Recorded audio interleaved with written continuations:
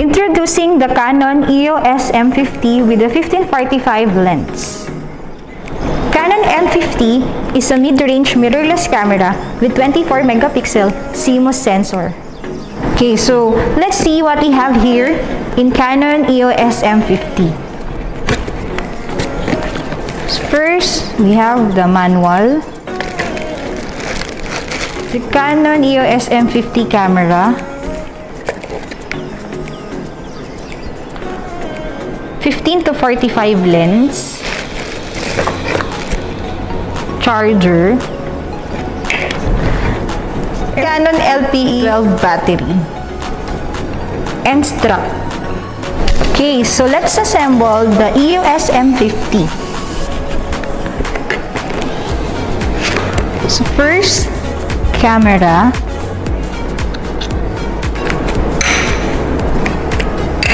And the lens. So meron siyang white dot mark sa lens and also sa camera. So ima-match mo lang siya. So make sure lang na naka-flat yung side ng lens sa camera. So kung ilalak mo siya, i-rotate mo siya pa left. So make sure lang na maririnig mo yung click ng lens. Sabihin nun is lock na yung lens. And then kung tatanggalin mo yung lens, i-press mo yung side button here. And then pa-right naman yung pag-ikot.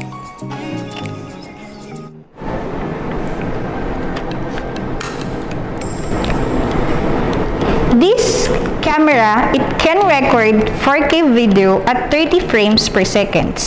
Also, M50 is a 398 grams, including the batteries. So this camera also have optical image stabilization, also have a 0.39 type OLED electronic viewfinder. Also, this camera has Wi-Fi and Bluetooth connectivity that you can also connect to your smartphone via downloading the Canon Camera Connect app. Siyempre, si M50 hindi lang pang vlog and for live stream pwede siya. So, pwede rin siya pang travel kasi lightweight siya and easy to use. Also, perfect din siya sa mga beginner sa photography.